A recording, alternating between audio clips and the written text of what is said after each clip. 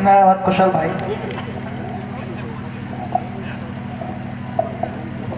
अब माँ शारदा को नमन करता हूँ।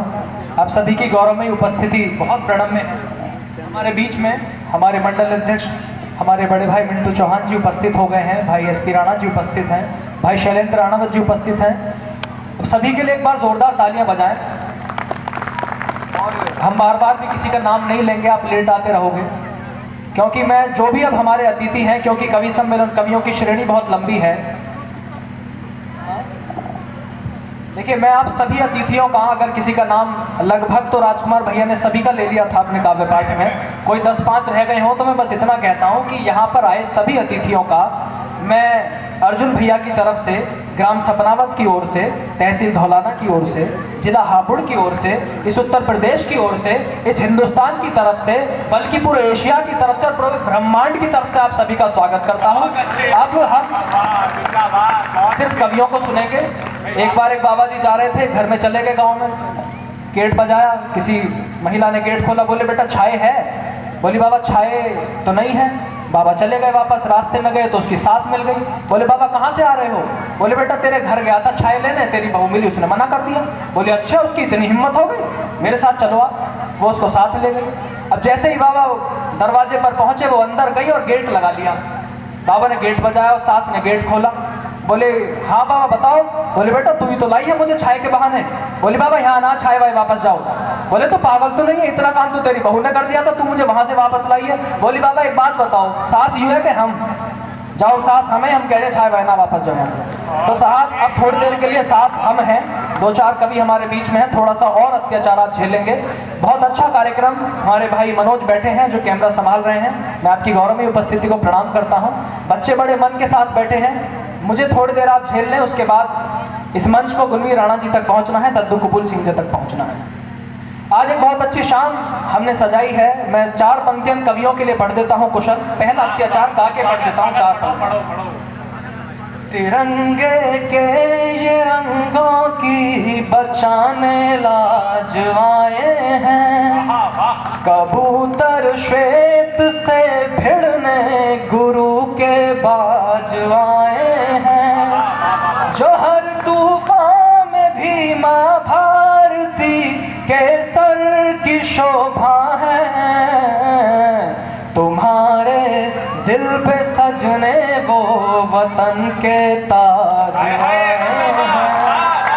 और 4 पंक्तियां पढ़ता हूँ साहब, माँ के लिए कि तेरे आंचल में काटे दिन, दुआओं में कटी रातें, जमाना जानता है ये तेरी ममता की वो बातें, तू धरती है तू ही वीणा, तू ही तो भारती है माँ, तेरे सम्मान पर बेटे तिरंगे में लिपटाते, तेरे सम्मान पर बेटे तिरंगे में लिपटाते। और 4 पंक्तियां पढ़ता हूँ साहब, बहुत महनीय लोग बैठे हैं, लेकिन कोई ऐसे ही महनीय नहीं बनता कि दिलों की महफिलों में भी दिलवाले नहीं दिखते, कि दिलों की महफिलों में भी दिलवाले नहीं दिखते, शहर की रोशनी में भी उजाले नहीं दिखते, बड़ी लाचार और बेदर्द है दुनिया की नजरें भी, मेरे जूते तो दिखते हैं मगर छाले नहीं दिखते, मेरे जूते तो दिखते हैं मगर छाले नहीं दिखते। क्या बात है, मेरे जूते। ये बचपन हमारे सामने बैठा हुआ है साहब, और भूतपूर्व नौजवान पीढ़ी, कभी आप भी जवान होंगे। मैं देखता हूँ इस बचपन को आज यहाँ स्कूल में बैठे हैं। अच्छा, दोनों ने एक साथ पिना दी, वो थोड़ा उठने में कष्ट कर रहे हैं, कोई बात नहीं। हाँ एक, लेकिन वो उठे नहीं, दरअसल क्या है, घुटने परेशान करते हैं। देखिए ये देश घुटनों से भले ही अटल बिहारी हो जाए, लेकिन मन से एनडी तिवारी भी रहता है, ये दोनों जानते हैं इस बात को। और 4 पंक्ति देखिए साहब, ये बच्चे बैठे हैं, कभी फुटपाथ पे इतनी ठंड में 12 डिग्री 10 डिग्री टेम्परेचर में बच्चों को फुटपाथ पे देखता हूँ तो पंक्तियां आती हैं कि कहीं पर घर जला डाला, कहीं पर लाश फूकी है, बहाकर खून के आंसू हमारी आंख सूखी हैं, और मुकद्दर का ये कैसा खेल खेला है मेरे मौला, किसी का दिन ही प्यासा है किसी की रात भूखी है, किसी का दिन ही प्यासा है किसी की रात भूखी है, और बड़ा फुटपाथ पे बचपन यहाँ सपने संजोता है। ये बच्चे स्कूल में बैठे हैं तो सपने ले रहे होंगे। जरा सोचिए 2 डिग्री टेम्परेचर में जब फुटपाथ पर, दिल्ली के किसी फुटपाथ पर छोटे बच्चे क्या सपना देखते होंगे। उनके पास कंबल भी नहीं होता ओढ़ने के लिए, और फेंक उनका पेट भूखा होता है। तब पंक्तियां पढ़ता हूं कि पड़ा फुटपाथ पे बचपन यहाँ सपने संजोता है, वो हर रातों को जगता है महज सपनों में सोता है, और हमारे देश में साहेब भला कैसा ये मंजर है, किसी की आंख हंसती है, किसी का पेट रोता है। किसी की आंख हंसती है, किसी का। बहुत अच्छी, जिंदाबाद। 4 पंक्तियां और पढ़ता हूँ जो मेरे गुरुओं को भी थोड़ी आजकल पसंद आ रही हैं कि कभी खुशबू कभी आहट कभी धड़कन से पूछो तुम। कभी खुशबू कभी आहट कभी धड़कन से पूछो तुम, जो हर पल दिल में जिंदा है उसी तड़पन से पूछो तुम। कभी खुशबू कभी आहट कभी धड़कन से पूछो तुम, जो हर पल दिल में जिंदा है उसी तड़पन से पूछो तुम। और जवानी की खुमारी के नशे में चूर बैठे हो, जवान नवाबी किसको कहते हैं कभी बचपन से पूछो तुम। नवाबी किसको कहते हैं कभी बचपन से पूछो तुम। नवाबी किसको कहते हैं कभी बचपन से। भाई जिंदाबाद, एक बार जोरदार तालियां भाई मोहित शौर्य के लिए आप लोग। भाई जिंदाबाद, बहुत अच्छे, जिंदाबाद। नवाबी किसको कहते हैं कभी बचपन से पूछो तुम। भाई जिंदाबाद, बहुत बहुत। मैं देखिए ज्यादा समय नहीं लूंगा, मैं 2-4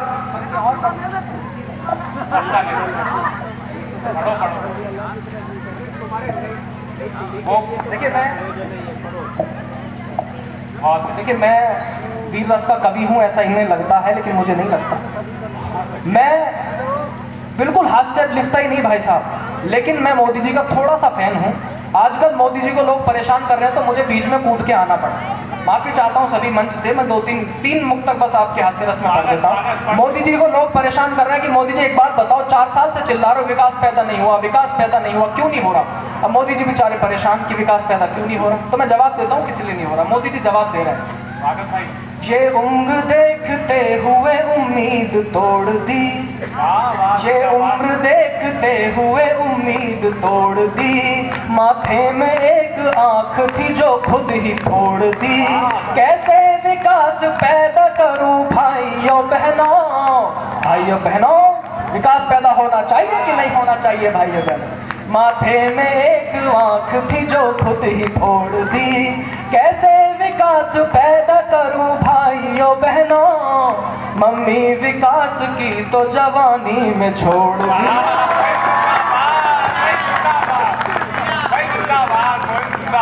अब हमने राहुल जी से पूछा, जी एक बात बताओ, यदि आप सत्ता में आ गए तो क्या करोगे? बोले मैं तो बहुत कुछ कर दूंगा विकास के नाम पर। अब वो क्या कह रहे हैं सुनना, योगी से ना मोदी से ना मम्मी से डरूंगा, योगी से ना मोदी से ना मम्मी से डरूंगा, आलू की बोरियों में भी सोना मैं भरूंगा, इस बार दोस्तों मेरी तुम शादी करा दो। और अगली पंक्ति पर तैयार रहना, आलू की बोरियों में भी सोना मैं भरूंगा, इस बार दोस्तों मेरी तुम शादी करा दो, मैं एक साथ दो विकास पैदा कर।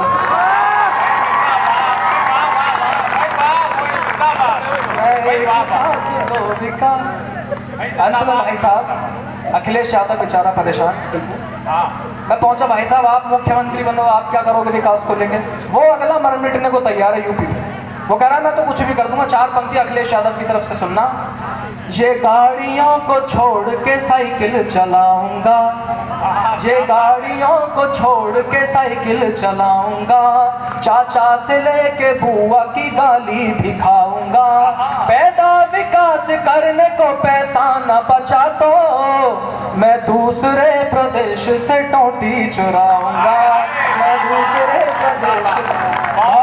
बहुत आभार साहब, किसी के खून के आंसू से रिश्ता जोड़ आया हूँ, किसी के खून के आंसू से रिश्ता जोड़ आया हूँ, कभी हूँ धर्म का अपने संदेशा छोड़ आया हूँ, कि किसी के खून के आंसू से रिश्ता जोड़ आया हूँ, कभी हूँ धर्म का अपने संदेशा छोड़ आया हूँ, और कहीं कल दिख गया मुझको तड़पता भूख से बचपन, उसी फुटपाथ पे मैं लेखनी को तोड़ आया हूँ। बहुत मन के साथ आप सुन रहे हैं कि अभावों में लिखी है जो, अभावों में लिखी है जो उसी घर की कहानी है, समझ बैठे लहू जिसको मेरी आंखों का पानी है, कि अभावों में लिखी है जो उसी घर की कहानी है, समझ बैठे लहू जिसको मेरी आंखों का पानी है, मैं पायल और कंगन की खनक को भूल बैठा हूँ, तिरंगे के लिए कुर्बान अब करनी जवानी है, तिरंगे के लिए कुर्बान अब करनी जवानी है, तिरंगे। जो माँ का भाल छू जाए भुजाएं तोड़ देंगे हम, ये तूफानी हवाओं की दिशाएं मोड़ देंगे हम। हमारे दिल की धड़कन में तिरंगा ही धड़कता है, ये फहरेगा समर में या इसे ही ओढ़ लेंगे हम, ये फहरेगा समर में या इसे ही ओढ़ लेंगे। और 4 पंक्तियां पढ़ता हूं साहब कि एक उजड़े से चमन में जो खिला वो फूल ताजा हूँ, एक उजड़े से चमन में जो खिला वो फूल ताजा हूँ। ये छोटी सी उम्र में ही मैं सदियों का तगाजा हूँ, ये छोटी सी उम्र में ही मैं सदियों का तगाजा हूँ। और हवा के चंद झोंके क्या मेरी हस्ती मिटाएंगे, गमों की कोख से निकला भावों का मैं राजा हूँ, गमों की कोख से निकला भावों का मैं राजा हूँ। और साहब बात हुई पाकिस्तान की, पाकिस्तान पर हम कुछ नहीं कहना चाहते बिल्कुल भी। भैया आ गए हैं, फोटो अच्छी निकालना, ये पत्रकार हैं, इनसे सारे कभी तूने गलत टिप्पणी करी। भैया क्षमा चाहता हूँ।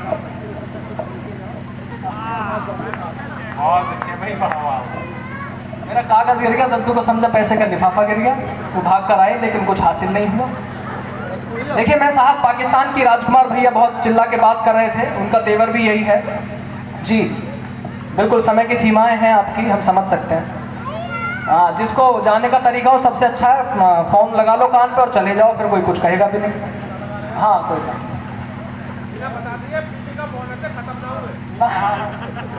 ये इसको पता नहीं था किसी ने पत्रकार को छेड़ दिया। देखिए भैया ने पाकिस्तान की बात करी, पाकिस्तान पर मैंने आजकल लिखना बिल्कुल बंद कर दिया। 2 कौड़ी के देश पे क्या लिखें बताओ, हम शेरों की नस्लें कुत्तों की बात क्यों करें आप बताइए। लेकिन साहब एक बॉर्डर पर, हिंदुस्तान और पाकिस्तान के बॉर्डर पर एक मुर्गी ने अंडा दिया। अब दोनों सिपाहियों में लड़ाई बच गई, हिंदुस्तान का एक पाकिस्तान का। हिंदुस्तानी वाला बोला अंडा हमारा, पाकिस्तानी वाला बोला अंडा हमारा, दोनों में लड़ाई बच गई। हिंदुस्तानी बोला एक काम करो, निर्णय कर लो, जो जिसके जितने थप्पड़ मारते 1 मिनट में अंडा उसका। भाई साहब नंबर पहला हिंदुस्तानी ने अपने ऊपर ही ले लिया और 2-3 मिनट तबीयत से कुटाई करी पाकिस्तानी की। और जब पीट पाट के खुद थक गया फिर बोला कि हाँ भाई, पाकिस्तानी बोल वाला ठीक है मेरा नंबर, बोला तेरा नंबर का है, अंडा ले जाओ। तो साहब ये हमारा देश है। ऐसे महाराणा प्रताप वाली रचना जरूर पढ़ो, एक बार जोरदार तालियां आप लोगों के लिए।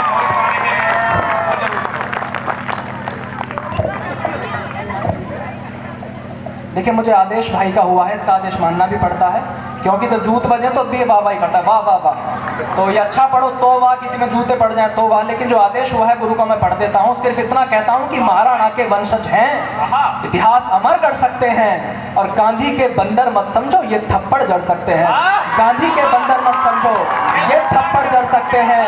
और शीश काटने वाले गिदड़ों, हेमराज सुधाकर के सर कट गए, 125 करोड़ मुल्क की आंखों में आंसू की नमी मुझे दिखाई दी, लेकिन वो कैसा कवि जो आवाम के आंसू ना पहुंच सके। तब मैंने 4 पंक्तियां लिखी कि महाराणा के वंशज हैं, इतिहास अमर कर सकते हैं। और गांधी के बंदर मत समझो, ये थप्पड़ जड़ सकते हैं। और शीश काटने वाले गिदड़ों मत भूलो इतिहासों को, महाराज शीश काटने वाले गिदड़ों मत भूलो इतिहासों को। गोरा बादल के वंशज हैं, ये धड़ से भी लड़ सकते हैं। गोरा बादल के वंशज हैं, गोरा बादल के वंशज हैं, ये धड़ से भी लड़ सकते हैं। और हमने अपने शीश दिए हैं मुगलों के हर वारों पर। ये वो कौम मेरे सामने 60-84 के लोग बैठे हैं जिन्होंने अपने तलवार की दम पे हिंडन के तट को पाट करके रख दिया था।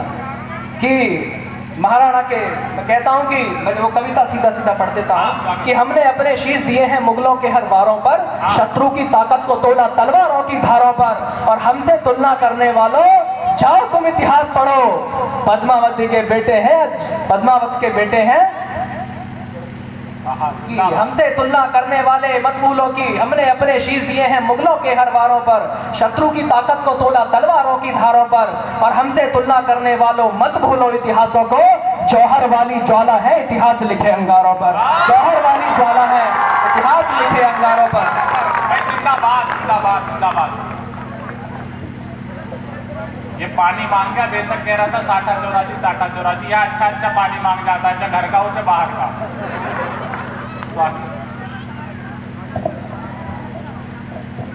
देखिए साहब मैं आपका समय बिल्कुल नहीं लूंगा, एक कविता का आदेश हुआ है, छोटी सी कविता मैं उसको छोटा करके आपके बीच में पढ़ देता हूँ। लेकिन पहले पाकिस्तान की बात भैया ने करी, मैं 4 पंक्तियां उसके लिए पढ़ देता हूँ क्योंकि आते ही मुझे उसका आदेश हो गया था।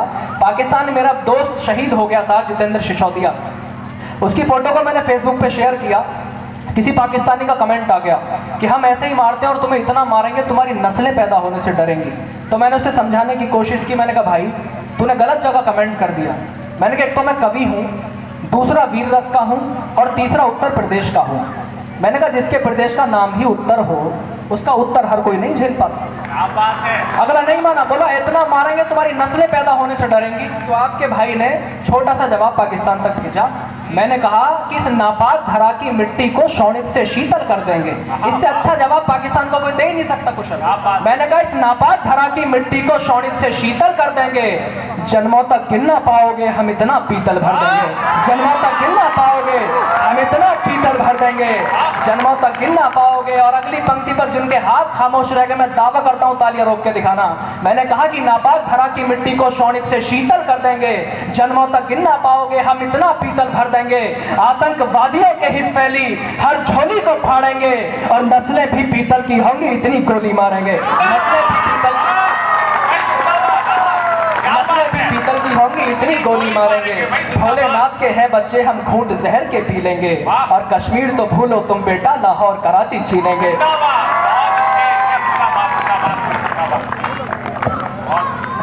आधा का भी सम्मेलन निपट गया, लेकिन माइक अभी तक सेट नहीं हुआ। तू माइक वाला था, पहले तुझे देखना चाहिए था। कश्मीर तो भूलो तुम बेटा लाहौर की, नस्लें भी पीतल की होंगी इतनी गोली मारेंगे। भोलेनाथ के हैं बच्चे हम घूंट जहर के पी लेंगे, कश्मीर तो भूलो तुम बेटा लाहौर कराची छीनेंगे, और अपने घर की तोड़ेंगे हम नफरत की दीवारों को। लाहौर पे चढ़कर गाएंगे हम अब जय हिंद के नारों को। लाहौर पे चढ़कर गाएंगे हम अब जय हिंद के नारों को। गला लगभग मेरा बैठ गया, मैं चुनाव हार गया, लेकिन जिस कविता का आदेश हुआ, जैसा गला है जैसी भाषा आपके बीच में प्रस्तुत करता हूं। कविता की भूमिका सिर्फ इतनी है कि अगले दिन हल्दी घाटी का युद्ध है, रात के 12 बजे हुए, रात्रि का गहन अंधकार है, और अगले दिन हल्दी घाटी का युद्ध होना है। राणा प्रताप अपने शिविर में है, उन्हें चिंता सताई।